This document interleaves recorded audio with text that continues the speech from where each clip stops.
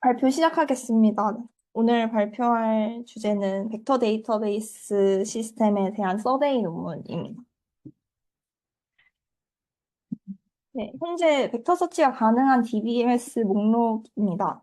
여기서 확인할 수 있듯이 벡터 데이터베이스들은 최근 몇 년 동안 개발되기 시작했는데요. DBMS가 등장하기 전부터 인베딩 베이스 리트리버과 시밀러리티 서치들은 수십 년간 연구되어 왔습니다.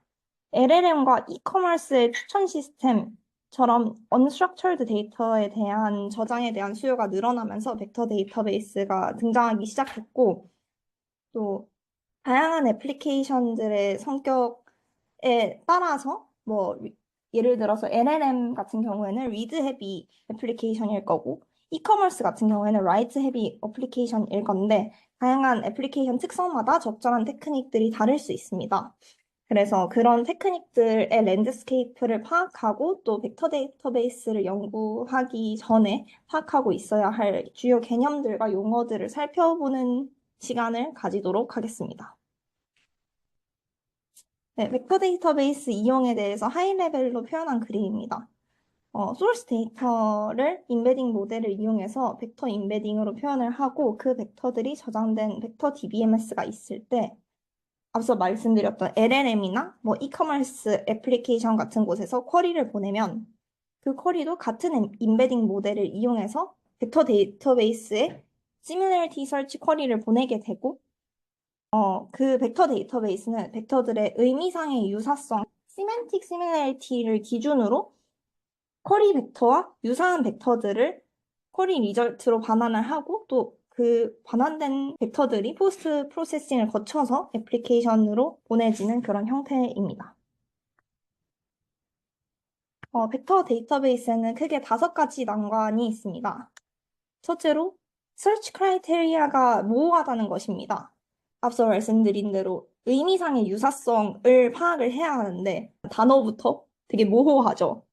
기본적으로 스트럭처드 데이터에 대한 프레디켓은 그냥 불리언으로 딱딱 떨어지는데 시밀러리티 설치는 그렇게 딱딱 떨어지는 연산들이 아니기 때문에 근본적으로 연산이 정의가 모호하다라는 문제가 있습니다. 두 번째로는 고차원 벡터 간의 유사성 검사는 OD의 복잡도를 가지기 때문에 그게 한 번만 하는 것도 아니고 n개의 벡터 하면 ODn만큼의 연산을 해야 할 텐데 그게 한 번의 비교가 굉장히 무겁다는 문제가 있습니다. 또 셋째로 데이터 자체의 크기가 큽니다. RDBMS에서 쿼리를 할 때에는 어떤 쿼리들은 특정 컬럼들만 접근을 하기 때문에 그 특성을 이용해서 컬럼널 데이터베이스를 이용하거나 할 수가 있는데 벡터DB에서는 시밀러리티 설치를 하기 위해서 벡터 전체가 있어야 하고 그 벡터 전체는 이제 여러 페이지에 걸쳐 있을 수 있을 만큼 크기도 굉장히 큽니다.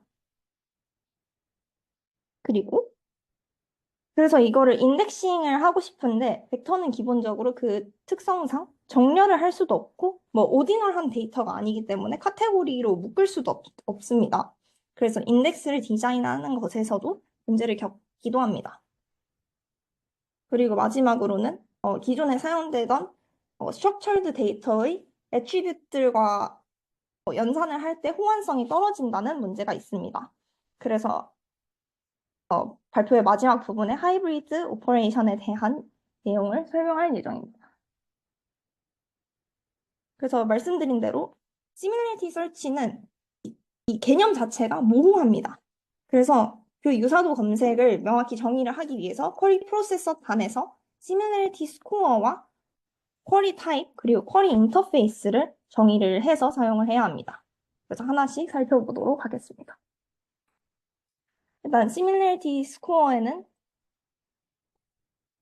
에러 검출에서 주로 활용이 많이 되어서 다들 알고 있을 해밍 디스턴스를 하나의 예시로 들 수 있습니다. 그래서 해밍 디스턴스는 XOR을 함으로써 서로 다른 비트의 개수를 세서 다른 필드의 개수를 세는 방식이라고 생각을 하시면 될 것 같습니다. 그래서 바이너리 벡터의 시밀러리티 스코어로 활용하기에 적합한 거리 계산 방법이라고 생각할 수 있습니다. 또 이널 프로덕트와 코사인 시밀러리티는 두 벡터 간의 각의 크기를 이용해서 유사도를 측정하는 방식입니다. 그리고 가장 많이 사용되는 방식인 유클리드 방식은 민코스키 거리에 포함이 되는데 이 유클리디안이나 맨하탄이나 이런 거리들도 시밀러리티 스코어로 이용될 수 있습니다. 그래서 뭐 측정 방식에 따라서 뭐 해밍 디스턴스는 숫자가 작을수록 시밀러하다는 뜻이고 유클리드 거리는 당연히 작을수록 시밀러하다는 거고 코사인 시밀러리티는 클수록 시밀러하다는 뜻입니다. 유클리드 거리의 응용 혹은 뭐 일반화된 개념으로 볼 수 있는 게 마할라노비스 거리입니다. 그래서 식은 이렇게 생겼는데 뭐 선형 변환된 공간에서 유클리드 거리를 계산하는 방법입니다. 이걸 왜 쓰냐면 분포가 고르지 않은 데이터가 있을 때 단순히 유클리드 거리가 같다고 그 벡터 스페이스에서 유사도가 같다라고 판단하는 거는 문제가 있을 수 있기 때문에 어떤 선형 변환을 거쳐서 공간을 바꾸고 거기서의 유클리드 거리를 계산하기 위한 식이 위에 저기 써져 있는 공식입니다. 지금까지 얘기했던 스코어들은 베이직한 방식으로 점수 계산을 했다면 럴드 스코어 같은 경우에는 이 M을 학습하는 방식으로 학습이 되고 그런 연구가 진행되고 있어서 소개를 하고자 가져왔습니다. 우리 모든 논이 그렇지 않아요? 맞습니다. 그리고 또 조금 다른 방식으로 시밀리티를 계산하는 방법도 있는데요. 멀티 벡터 서치라는 것에 대해서 들어보셨나요? 네. 예를 들어서 뭐 얼굴 인식을 한다 하면은 우리가 페이스 아이디, 얼굴 스캔을 여러 번을 인식을 시키잖아요. 그러면은 벡터 DB에는 제 얼굴에 대한 벡터가 여러 개가 저장이 되어 있겠죠. 그리고 제가 쿼리를 할 때마다 그 여러 개의 벡터와의 유사도를 검색을 해서 얘가 핸드폰 주인이다 아니다 뭐 이런 걸 판단을 할 거기 때문에 하나의 리얼 월드 엔티티가 여러 개의 벡터로 리프레젠테이션이 되어 있을 경우에 사용하는 aggregated 스코어는 기본적으로 사용했던 베이직 스코어보다 컴플렉시티가 더 높기 때문에 또 이를 위한 연구들도 진행되고 있습니다. 네, 지금까지 similarity 스코어였고 이제 쿼리 타입들을 살펴보겠습니다. VDBMS에서는 기본적으로 insert, update, delete와 같은 데이터 매니플레이션 쿼리들을 제공합니다.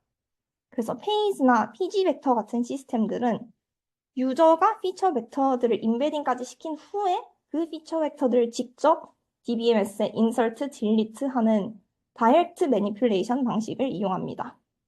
이 경우 VDBMS는 인베딩 모델을 고려하지 않아도 되겠죠. 근데 어떤 시스템들은 유저들한테는 벡터들이 직접 보이지 않고 유저가 엔티티를 조작을 할 경우에 VDBMS 내부에서 인베딩 모델을 통해서 벡터를 조작하는 방식을 이용을 합니다. 이를 인다이렉트 매니플레이션이라고 하고 이 모델을 어떻게 DBMS에서 봤냐면 바일드 같은 경우에는 user defined 펑션을 이용을 해서 유저로부터 모델을 제공받고 파인콘 같은 경우에는 프리-트레인드 메뉴들 중에서 유저가 하나를 모델을 선택할 수 있도록 메뉴를 제공하는 형식으로 이렇게 인다이렉트 매니플레이션 방식을 제공합니다. 네. 그리고 방금은 여기서는 다이렉트부터 다시 설명을 하자면은 PG 벡터의 어떤 벡터를 우리가 사용을 하려면은 직접 유저가 SQL로 이 벡터와 유사한 벡터를 찾아 뭐 이런 식으로 쿼리를 직접 벡터를 노출시킴으로써 해야 하는데 인다이렉트 매니플레이션 같은 경우에는 어떤 엔티티들에 대한 정보만 유저가 넘겨주고 엔티티를 수정을 하면은 DBMS 내부에서 인베딩 모델을 통해서 인베딩을 시키고 그 벡터들을 저장을 하기 때문에 유저가 그 인베딩 벡터를 직접 하지는 않아도 되는 방식입니다. 뭐 쓰고자 하는 사람이 들어있는 이 벡터 레프레젠테이션을 네네. 인디펜던스가 걸려있는 게 여기 네, 맞습니다. 네. 그럼 얘는 쿼리 할 때도 그래서 이런 인다이렉트 매니플레이션 하는 경우에는 쿼리를 할 때도 쿼리 자체를 한번 바꿔줘야 되는 게 필요한 거지. 사람들같이 쿼리 하는 거를 DBMS 내부에서요? 어, 네, 바꿔줘야 합니다. 그렇지 않은 경우에는 바로 사용자가 노출이 된 경우에는 네네. 나 이거 찾고 싶은데 하고 바로 그냥 벡터로 바꾸면 네네네. 되는데 그게 안 되니까 한번 인식돼 네, 있으니까 인베딩을 또 시키고, 여기 비슷한 찾아줘라고 하면 그게 얘가 알아들을 수 있는 언어로 한번 바꿔줘야 된다는 게 네네, 그런 맞습니다. 거지. 그게 저기 레프레젠 이게 노출이 됐냐 안 됐냐에 따라서 이거 폴 타입이 적용된다. 네, 그 얘기하는 거지. 네. 오케이.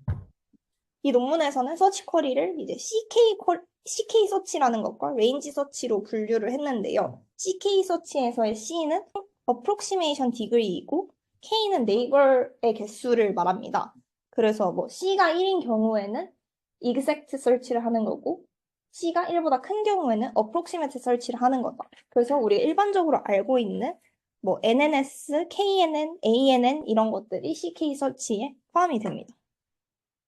레인지 서치 같은 경우에는 쿼리 벡터로부터 거리가 r 이하인 벡터를 전부 개수에 상관없이 리트리브를 하는 방식을 레인지 서치라고 하고 각 시스템마다 뭐 특정 뭐 익섹트 서치는 지원을 하고 뭐 레인지 서치는 지원을 안 하고 뭐 이런 다양한 베리에이션들의 시스템이 있는 걸 확인할 수 있으실 겁니다, 나중에.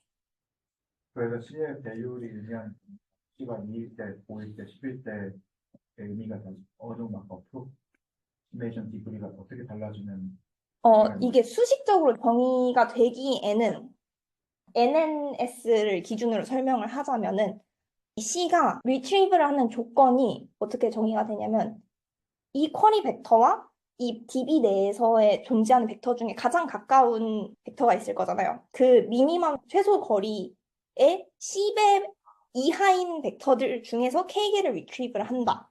라는 게 이 C의 의미입니다. 그래서 C가 클수록 가장 가까운 벡터까지의 거리보다 뭐 C가 10이면 10배 떨어진 벡터도 리트리브를 할 수 있게 좀 너그럽게 계산을 하는 게 C가 큰 경우고 C가 1이면 딱 익젝트 설치만 하는 경우입니다. 넘어가겠습니다. 지금까지 데이터 매니플레이션 그리고 서치 쿼리 이렇게 두 종류를 크게 살펴봤는데 그 외에 쿼리 베리언트들에 대한 연구가 아주 활발하게 진행되고 있는 걸 확인을 했는데요. 일단 첫째로는 predicate search query, 뭐 다른 표현으로는 하이브리드 쿼리라고 얘기를 하는데요. 이게 뭐냐면은 그냥 우리가 structured 데이터에서 attribute의 predicate을 적용을 하고 그 조건과 함께 similarity search 쿼리를 날리는 걸 의미를 합니다. 이 경우에는 이제 문제가 될 수 있는 게 이 조건을 만족시킴으로써 우리가 KNN을 하고 싶은데 K보다 작은 로우를 받아오면 안 되기 때문에 더 딱 그 개수를 만족을 시키는 게 또 시스템 차원에서 효율적으로 하는 게 이제 관건이라고 할 수 있습니다.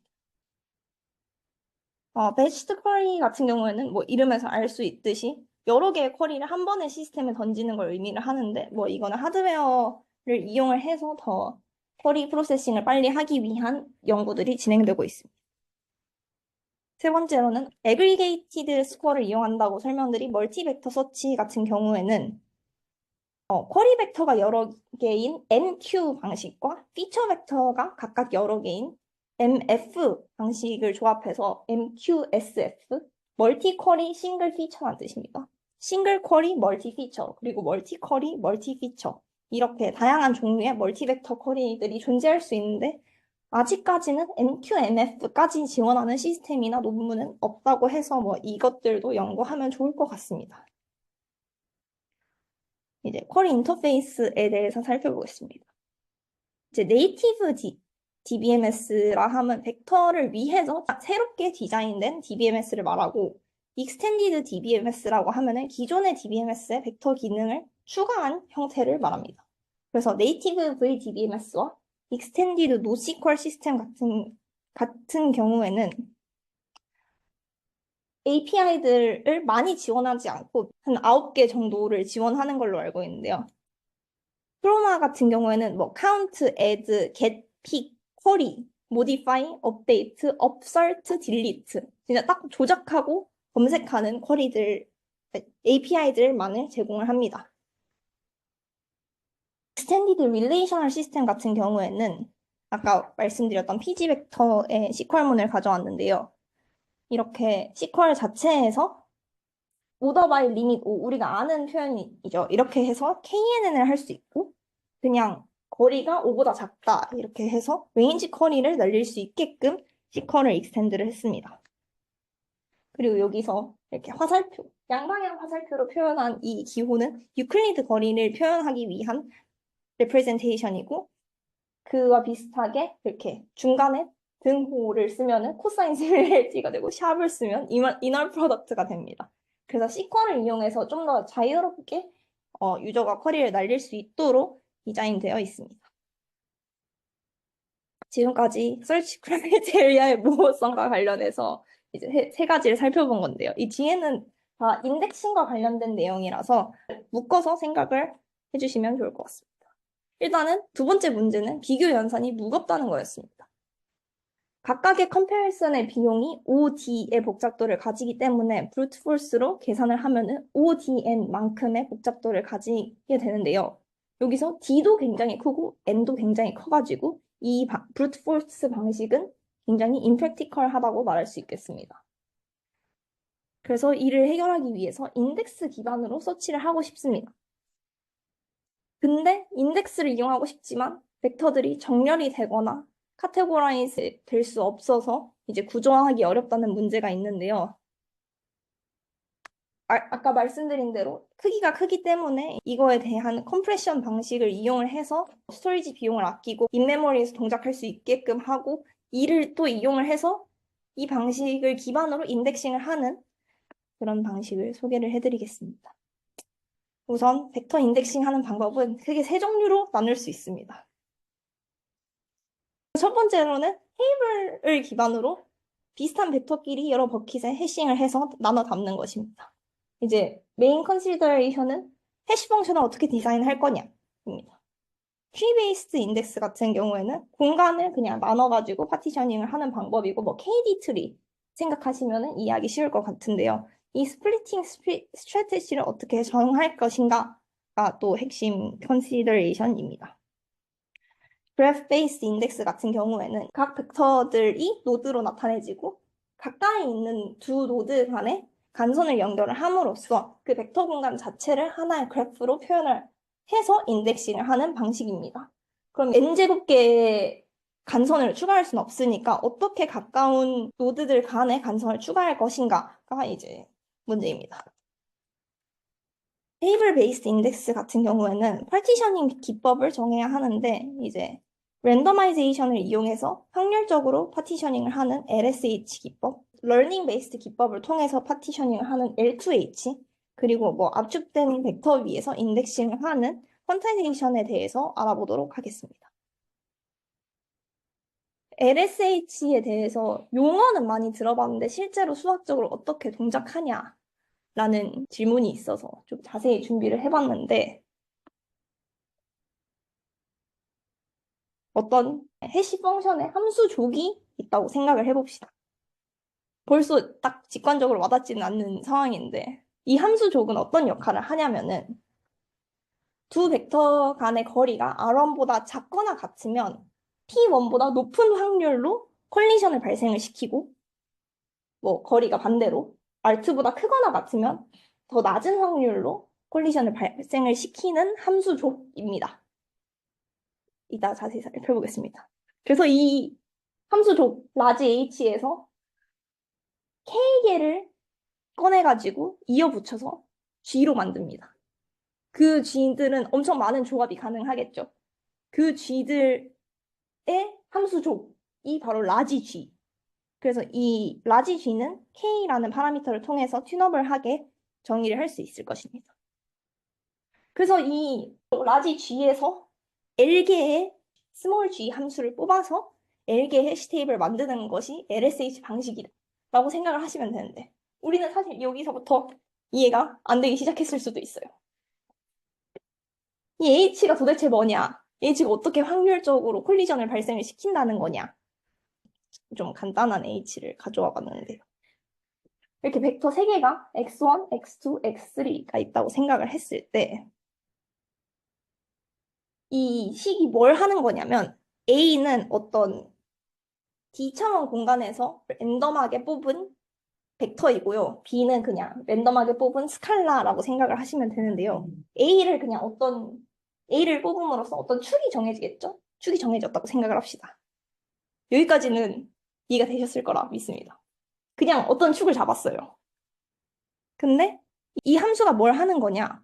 이 축을 잡고 구간을 저기 R로 나눴잖아요, 식에서. 구간을 equal with 구간을 나누고 거기서 정사형을 내립니다. 그러면은 x1은 1에 떨어지고 x2는 마이너스 3에 떨어지고 x3는 1에 떨어질 것입니다. 그럼 이제 아까 식을 보시면은 여기 R1보다 작거나 같은 거리에 있는 두 벡터는 콜리션이 날 확률이 높다라고 얘기를 했는데 R1을 이렇게 그려보면은 지금 X1과 X3가 콜리션이 일어날 확률을 수학적으로 뭐 넓이를 생각을 해서 계산을 해보면은 이 정도 확률일 거예요. 맞죠? 직관적으로 그냥 이렇게 받아들이시고 넘어가도록 하겠습니다. 그러면 H는 사실 false positive가 엄청 많을 수도 있어요. 왜냐하면은 R보다 멀리 있는 애들도 다 여기에 떨어질 거니까. 그래서 이 위양성을 줄이기 위해서 G에서는 그거를 K개를 이어붙이면은 위양성을 훨씬 줄일 수 있겠죠. 확률적으로. A가 다 축이 바뀔 거고 B도 바뀔 거니까. 그렇게 함으로써 이제 어떤 수학적인 개런티를 얻을 수 있게 되는 것입니다. 그래서 이제 LSH가 대충은 어떻게 동작을 하겠구나라는 느낌까지는 받으셨을 것 같은데요. 교수님 질문이 있으신가요? 뭐 LSH 쪽 빌드할 때 네, 선택되는 A와 B를 네, 뽑잖아. 네, 그 A, B를 뽑을 때 저 A 들어가는 애들 있잖아. 네, 선택되는 애들. 네. 쟤네를 베이시스라고 삼고 쟤네에 대해서 들어오는 인풋 벡터를 프로젝션 시킨다라고 봐도 되니? 네, 맞습니다. 그리고 그 프로젝션 된 애들이 거리가 같은 애들만 해야 되는데 그게 이항성이 있으니까 얘는 그렇게 프로젝션 시킬 수 있는 베이시스를 종류를 여러 개를 해서 여러 개의 베이시스에 대해서도 비슷비슷한 거리가 나온다면은 걔네들은 그 로컬리티 센시티브다라고 판단하는 거지. 맞습니다. 오케이. 근데 B의 역할은 뭐든지. B의 역할은 이게 수학적인 개런티를 얻으려면은 예를 들어서 X1이 딱 이 축에 걸쳐져 있으면은 콜리션이 일어날 확률이 거의 절반으로 줄어들잖아요. R이 크면은 그런 확률이 적겠지만 R이 거의 R1과 비슷하다. 아까 그 동그라미 그린 게 R1이거든요. R1과 비슷하다면은 이 잘리는 곳과 근처에 있는 벡터들에 대해서는 그 확률이 떨어질 수 있기 때문에 이 자르는 구간 자체를 움직이는 게 유니폼 디스트리뷰션으로 결정된 B입니다. 그래서 뭐 적분을 하면 어떤 보장을 얻을 수 있을 거라고 이해가 됐을까요? LSC의 핵심은 저 선택하는 A를 얼마나 다양한 거를 만드느냐가 키 아니야? A가 비슷한 경향으로 가버리면은 위험성이 한번 생기면 계속 생기는 쪽으로 가버립니다. 그렇죠. 그래서 A도 어떤 랜덤한 디스트리뷰션에서 뽑아야 하는데 공통적으로 사용하는 거는 이걸 만족하는 함수 쪽에서 뽑는다. 이 식은 계속 사용되는 식인데 수 있는 매트릭을 만들면 되는 거지. 맞습니다. 그래서 이제 G가 H가 여러 개가 돼 있는 거라고 했는데 그걸 또다시 여러 개를 사용을 해가지고 여러 개의 해시 테이블을 만들면은 이제 확실하게 위양성, 위음성 없이 다 좋게 LSH를 할 수 있을 텐데요. 그래서 해시 이밸리에이션 자체는 OD만큼의 복잡도를 가지는데 이 L개의 해시 테이블을 위해서 해싱을 해야 하고 OD만큼 걸리고 그게 또 N개의 벡터가 있다고 치면은 엄청 큰 복잡도를 가집니다. 그래서 이걸 또 어떤 수학적인 개런티를 통해서 이렇다고 합니다. 이 로우를 줄이면 복잡도를 줄이는 거라고 말할 수 있겠죠. 그래서 이 로우를 줄이고 싶습니다. 마찬가지로 쿼리를 할 때는 똑같이 해싱을 해서 여기 해시 컬리전이 일어난다면은 그 버킷 안에 있는 모든 벡터들을 가져오는 형태로 컬리전이라고 써 있는 겁니다. 네, 그렇게 되겠죠.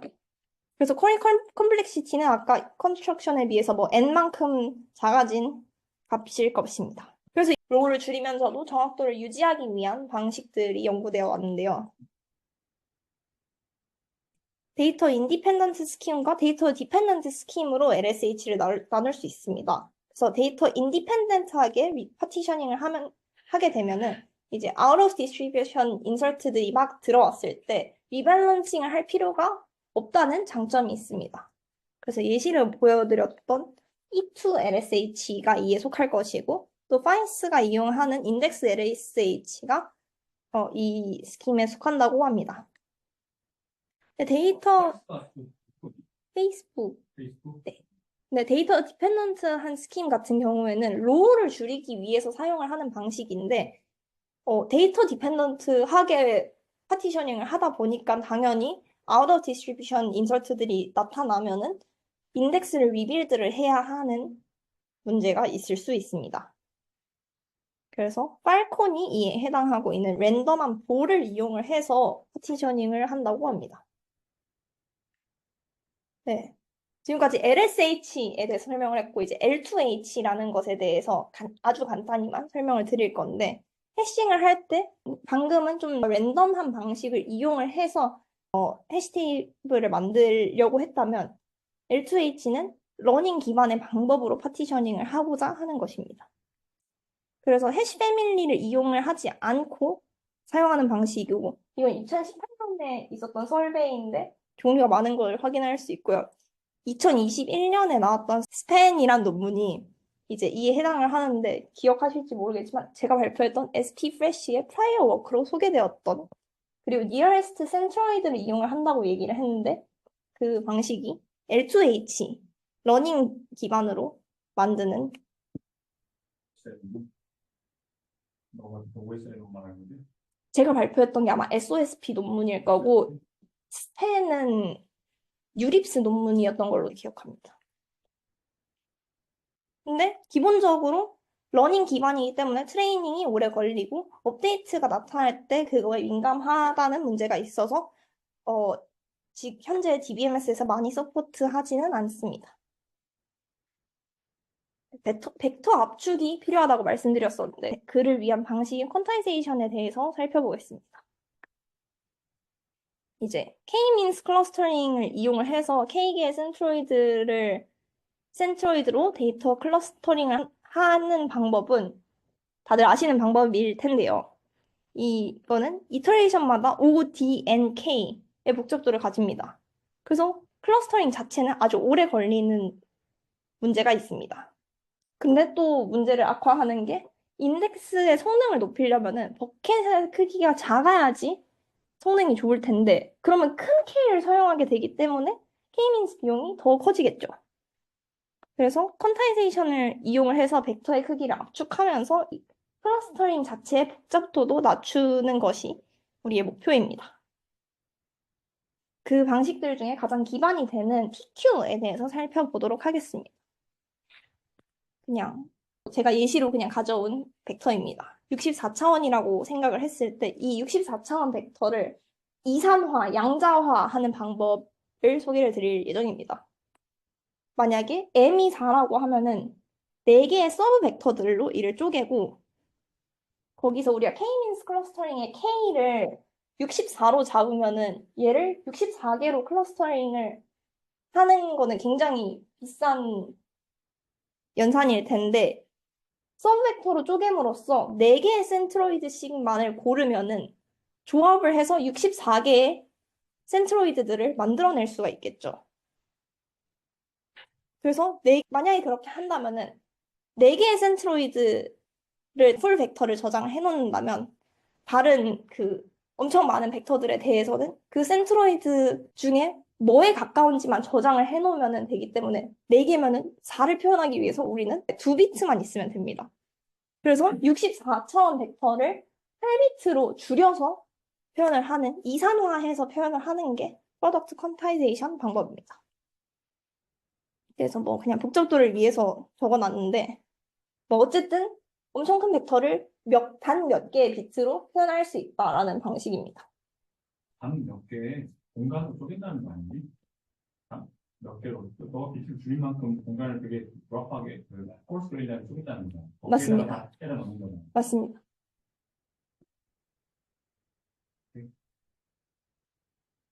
계산 문제도 맞추기 위해서 그런 거지. 벡터 자체의 크기를 줄이고 계산 복잡도도 낮추고 두 가지를 같이. 체크가 낮아지는 게 아니라 벡터를 인덱스하기 위해 요구되는 정보 양을 줄인다는 의미 아니니?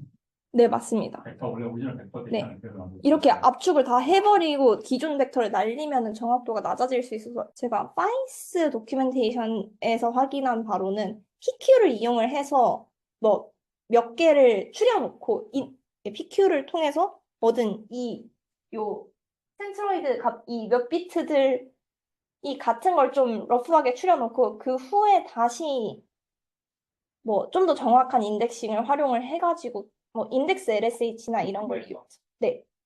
네. 그래서 아마 인메모리에서 뭐 연산을 좀 더 큰 양을 하기 위해서 사용을 하는 하이어라키컬 하게 한다는 얘기네. 네, 맞습니다.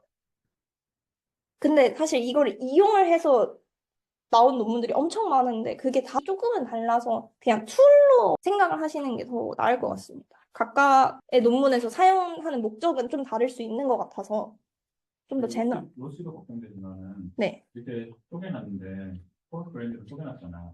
쪼개놨는데 실제 알고 봤더니 다른 그 버켓, 다른 그 퀀타이제이션 한 그 바운더리에 있는 애하고 가까울 수 있는 그렇죠. 여지는 없는.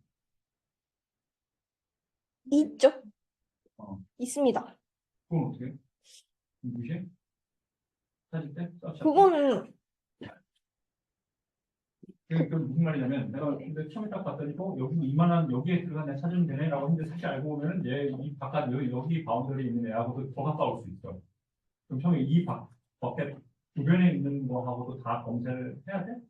원래 근데 밑에 하나만 보는 게 아니라 여러 개를 키워드 parameter로 어디까지 보겠다라고 하기도 하고 이 기법 자체가 그 이젝트 서치보다는 ANN을 쓰면은 뭐 그럼 근본적으로는 이 주변을 다 둘러봐야 되는 칠수 있습니다. 칠수 있고 몇 개의 주변 다른 공간을 본인이 정할 수 있는 어쨌든 계속 쓰는 것도 있습니다.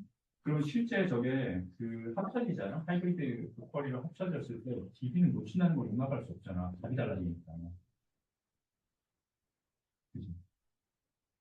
이 앞에 들은 웨어 클로즈에는 분명히 답이 똑같이 셋이 101개 딱 튀어나와야 되는데 그렇게 만족시켜 주려면은 되게 광범위한 서치를 해야 되는 게 아니니? 그럴 수 있죠. 혹은 그거를 정말 개런티를 주려면 적어도 내가 이게 설정한 이 구역에서 인접한 애들만 보면은 그 하나를 더 뛴 애들에서는 절대 없다를 개런티 해주든지. 맞지 않니? 그러니까 투합에서는 절대 없다라는 개런티 해주면 그러면 난 한번 탁 찍고 그런 게 옆에 있는 애들까지 하면은 그러면 이젝트 여기 원래 솔루션하고 똑같다라는 걸 개런티 해줄 수 있잖아. 나 알고 봤더니 이렇게 막 콘텐츠 해놨는데 한 2업 떨어진 곳에 또 비슷한 애가 있어. 이러면 낭패 아니야? 이러면 인덱스 어떻게 써? 그런 게 개런티가 어떻게 들어있니? 들어있을 텐데 제가 거기까지는 정리를 안 해서.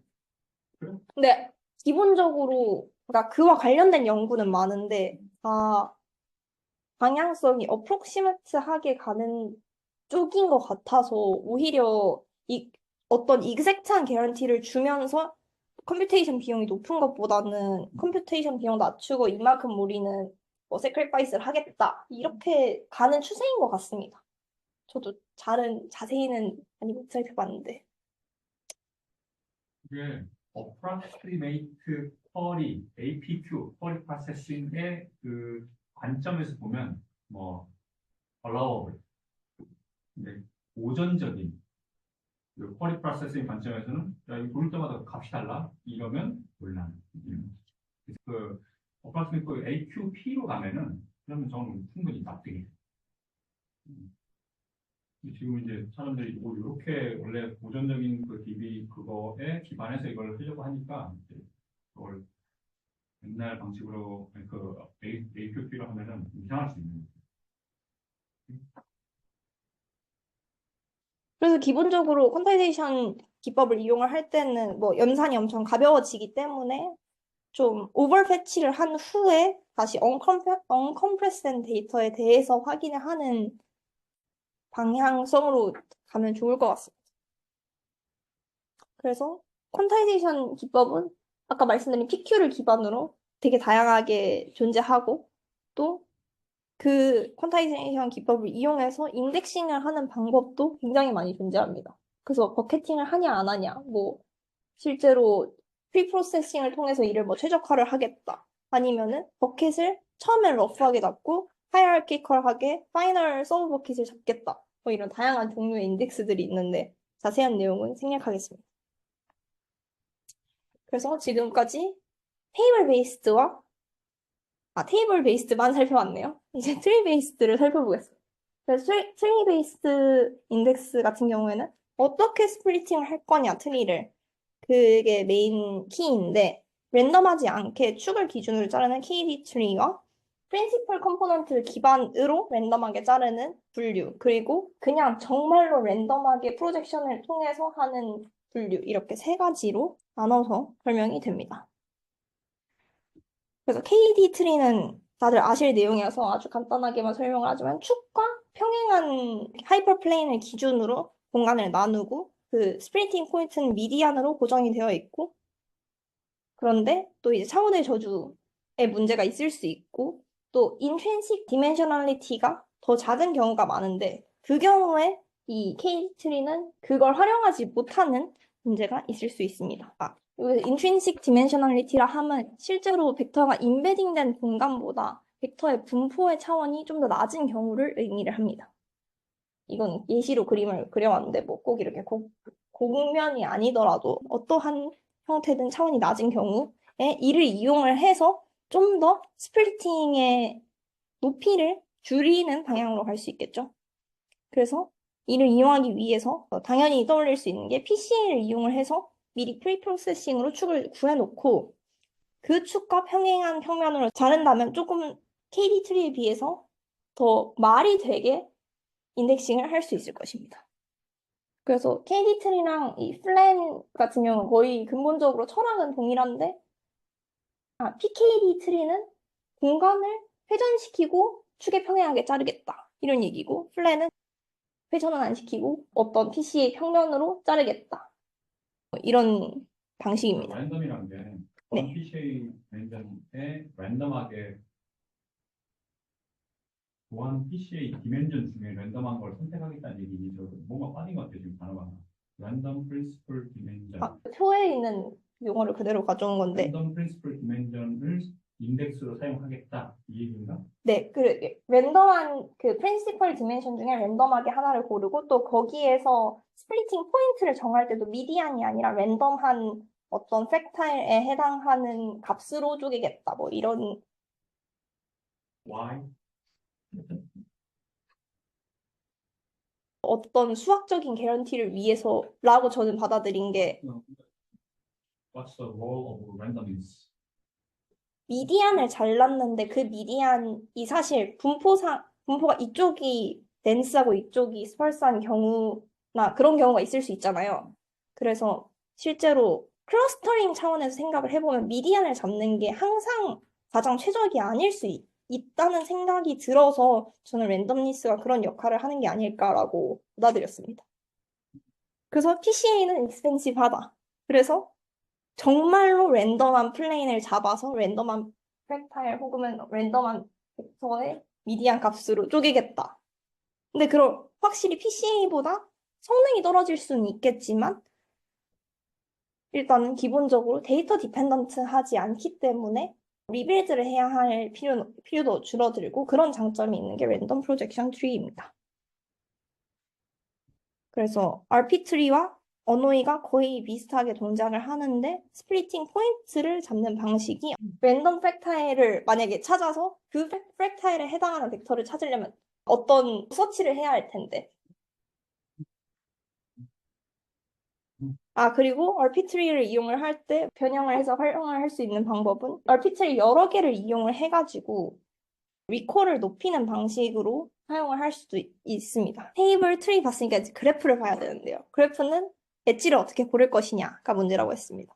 그래서 세 가지 종류가 있는데 얘는 뭐 가볍게만 설명을 하고 자세한 내용은 뭐 그래프 이론이나 이런 걸 또 알아야 해서 깊게는 이해하기가 좀 지금 당장은 어려울 수 있을 것 같아서 소개만 하고 넘어가겠습니다. 이제 KNNG는 그냥 딱 엣지를 고를 때 K개의 nearest neighbor 간을 연결을 하는 엣지를 고름으로써 그래프를 형성을 하는 것이고, MSN은 이제 모노토닉이라는 개념을 들고 와서 이 그래프 전체를 로그 n만큼의 홉을 이용해서 모든 벡터들을 서치를 할 수 있게끔 만든 그래프이고, 또 스몰 월드는 또 어떤 랜덤니스를 이용을 해서 만든 그래프인데, 하나씩 살펴보자면 exact KNNG를 만드는 거는 정말로 콤비네이션 2만큼 뽑아가지고 계산을 해가지고 얘가 KNN이 각각이 뭔지를 다 계산해야 하기 때문에 굉장히 계산이 오래 걸리고, 그것을 개선하는 데는 사실 어느 정도 한계가 있을 걸로 보입니다. 그래서 approximate KNNG를 만들었는데요. 얘는 초기 그래프를 두고 거기다가 이터레이티브하게 리파이닝을 하면서, 여기서 이터레이티브 리파인이란 뭐 투홉의 계산과 원홉의 계산을 비교를 해서 투홉이 거리가 가까우면은 엣지를 리플레이스 하는 식으로 이터레이션을 하겠다라는 철학입니다. 그래서 그 방식을 이용한 게 NN Descent Method와 이파나라는 논문이 있습니다. 근데 KNNG는 문제가 엄청 많이 클러스터링이 되어 있는 데이터가 있으면은 KNNG를 했을 때 클러스터마다 묶여 있고 서로 다 떨어져 있을 거 아닙니까? 그러면은 여기서 했는데 내가 너무 멀어. 그러면은 다른 곳에 가려면은 이게 커넥티드 되어 있다는 개런티가 없기 때문에 다시 서치를 해야 한다는 문제가 있습니다. 그래서 계속 리스타트를 해야 되는데, 그런 문제를 조금 줄이기 위해서 모노토닉 서치 네트워크를 이용할 수 있습니다. 모노토닉이라 함은 그냥 단어에서 느낌을 알 수 있듯이 어떤 이렇게 벡터들을 따라서 걸어간다고 생각을 했을 때 서치 패스가 나올 것이고, 그 서치 패스를 따라가면은 항상 벡터와 쿼리 벡터 간의 거리가 가까워질 거다 하는 게 모노토닉 서치 패스입니다. 그냥 계속 가까운 방향으로 걸어가는 느낌으로 이해를 하시면 될 것 같고요. 그래서 어떤 그래프에서 best first search를 했을 때 그 패스가 항상 모노토닉하다면 그 그래프를 MSN이라고 부르자라고 했습니다. 그래서 best first search는 이름에서 알 수 있듯이 그냥 가장 가까운 방향으로 그리디하게 걸어가는 방식이고, 그렇게 걸어가면 항상 모노토닉 서치 패스가 존재한다 하는 그래프가 MSN입니다. 그래서 MSN을 만드는 방식은 두 가지로 설명을 할 수 있는데, 깊게 설명하기는 어려울 것 같고 예시를 들자면은, 랜덤한 방식은 두 개의 벡터를 n개 중에 두 개를 골라서 각각 서치 패스를 그어서 엣지를 그려넣고 그거를 많이 이터레이션을 하면은 MSN이 형성이 될 거다라는 방식입니다. 그래서 이 방식이 FANNG 있고요. 픽스 트라이얼 같은 경우에는 시작 노드를 하나를 고정을 해놓고 그 노드로부터 뻗어나가는 방식으로 MSN을 컨스트럭트를 하겠다라는 방식입니다. 그래서 사실 지금은 empty 그래프에서 시작을 하는 것처럼 그렸지만 그 이니셜 그래프를 뭘로 잡느냐에 따라서 방식이 있습니다. 그래서 그냥 얘는 시작점을 잡고 얘는 그냥 랜덤하게 만든다. 이런 MSN을 컨스트럭트를 하는 것은 아까 말씀드린 대로 KNNG의 단점을 해결하기 위해서였습니다. 이게 뭐 최적은 아닌 거네요. 그 최적? 모노토닉 할 뿐 옵티멀 패스는 아닌 거네요. 그렇죠. 모노토닉 하는 그 기준이 처음에서 만든 TXT 같은 경우에는 처음에 시작하는 거 기준으로 모노토닉 한 거지. 맞습니다. 다른 애를 처음은 모노토니시티가 개런티 안 되잖아. 맞습니다. 그래서 모노토니시티 개런티 하려면 모든 애들에서 올톨 숄티스 패스 매트릭스를 구하듯이 구해놔야지 그게 모노토니시티가 다 되는 거 아니야? 어느 점에서 시작하든지. 이 MSN 만드는 것 자체가 쿼리를 했을 때 best first search를 통해서 뭐 nearest neighbor를 찾을 수 있을 것이다 그게 목적이잖아요. 근데 항상 쿼리를 여기서 시작을 하기 때문에, 뭐 항상 폴 거기서 시작해? 네, 여기 이 방식이 같은 경우에는 쿼리 시작점이 여기예요. 그래서 여기서부터 best first search를 해서 가까운 패스를 찾는. 서로 MSN에 대해서 살펴봤고, 이제 스몰 월드 그래프에 대해서 설명을 할 텐데요. 스몰 월드 그래프는 아까 MSN은 어떤 설치 패스가 모노토닉하다라는 것이 핵심이었다면은, 여기서는 그 설치 패스의 평균 길이가 그 점의 개수가 n일 때 O log n에 바운드 된다라는 라는 조건을 만족하는 그래프입니다. 그래서 사실 이 스몰 월드 그래프라는 용어가 어떻게 나왔냐를 살펴보려면 랜덤 그래프와 이런 그래프 쪽 이론을 알아야 해서 생략을 하고 대충 그림을 그리기 위해서 가져온 건데, 이제 가까이 이웃의 이웃은 나의 이웃일 확률이 높으며 또 어떨 때는 먼 엣지가 있음으로써 서치 코스트가 이렇게 돌아가지 않고 요렇게만 가면 되게끔 서치 패스의 길이를 줄일 수 있는 그래프입니다. 그래서 내비게이블 그래프람 함은 MSN에서 나왔던 거랑 비슷한데 베스트 퍼스트 서치를 했을 때의 패스도 O 로그 N을 만족하는 그래프입니다. 그래서 이 내비게이블 스몰 월드 그래프를 줄여서 NSW라고 하고 NSW를 뭐 컨스트럭션을 하는 방법은 계속 인설션을 하면서 KNN을 그리는 방식인데 그 설치할 때 드는 복잡도는 패스의 길이뿐만 아니라 아웃 디그리까지 생각을 해야 되기 때문에 로그 N의 제곱의 복잡도를 가지게 됩니다. 그래서 그를 줄이기 위한 게 hierarchical NSW 줄여서 HNSW입니다. 그래서 얘는 레이어를 여러 개를 두고 레이어마다 KNN을 할 건데 K의 개수를 다르게 두면서 서치의 복잡도가 O 로그 N으로 줄어든다는 걸 이용해서 빠르게 nearest neighbor를 찾는 방식입니다. 컨스트럭션은 NSW를 하이라키컬하게 그냥 단순하게 만드는 걸로 알고 있습니다. 그래서 레이어가 지금 나눠져 있잖아. 네. 각 레이어를 컨스트럭션해서 어떻게 그 스트레스가 취해지는 각 레이어는 그냥 NSW랑 똑같고 NSW 레이어가 대상으로 삼는 노드의 개수가 적어질 거 아니에요. 위로 갈수록. 맞습니다. 그 적어지게 되는 그 노드 셀렉션을 누가 하냐. 이게 이제 내 지금 노드 셀렉션이 아니라 사실 노드마다 레벨 셀렉션을 하는 방식입니다. 노드마다 레벨, 그래서 노드마다 레벨 셀렉션을 한다. 네, 노드마다 그러면 노드가 내가 어느 레벨에 들어갈지를 셀렉션을 먼저 하고 그 네. 셀렉션을 할 때 그 확률이 달라지겠네. 로그를 만들려면 그렇게 만들려면 그렇죠. 아마 얘가 뭐 승수가 올라가야 돼. 그렇죠. 2분의 1, 4분의 1, 뭐 8분의 1 이렇게 돼 있겠죠. 똑같잖아. 그렇죠. 그렇죠. 그럼 여기도 그러면 저기 주사야 되는 거? 저기 포인터스 아니야? 잘 레벨 모르겠어요. K 이러면 스킬리스트 빌드하고 그 같은 방향인 거니 그러면 너무 깜빡하네. 그래서 저기에 각 레이어당 선택된 되는 노드 벡터를 무슨 기준으로 셀렉션하냐? 스킵 리스트 빌드랑 같은 것 같습니다. 깜빡할 수 있어? 로지컬하게 생각을 해보면은 그럴 것 같습니다. 그래서 이 HNSW 서치 컴플렉시티도 낮고 컨스트럭션의 비용도 낮기 때문에 많이 사용이 되고 있습니다. 그래서 많은 커머셜 DB에서 이 HNSW를 이용하고 있고요. 지금까지 설명드린 인덱싱 방식을 다 나타낸 표입니다. 그래서 그냥 애플리케이션에 따라서 어떤 걸 선택하면 좋을지 간단하게 설명을 드리자면은 제너럴하게는 HNSW를 이용을 할 수 있고 에러 개런티가 필요하다면 에러 바운드가 되는 인덱스 LSH와 랜덤 RP 트리를 이용을 할 수 있을 것이고 라이트 헤비 같은 경우에는 테이블 베이스드 방식이 좋을 것이고 위드 헤비 같은 경우에는 트리나 그래프 방식이 좋을 것이며 또 디스크를 이용을 해야 한다면 그걸 고를 것이고 뭐 그렇습니다. 지금까지 퀀타이제이션 그리고 인덱싱 방법에 대해서 설명을 드렸고 이제 애트리뷰트와의 호환성이 떨어지는데 이를 해결하기 위한 방식들 그거에 대한 분류를 소개를 하도록 하겠습니다.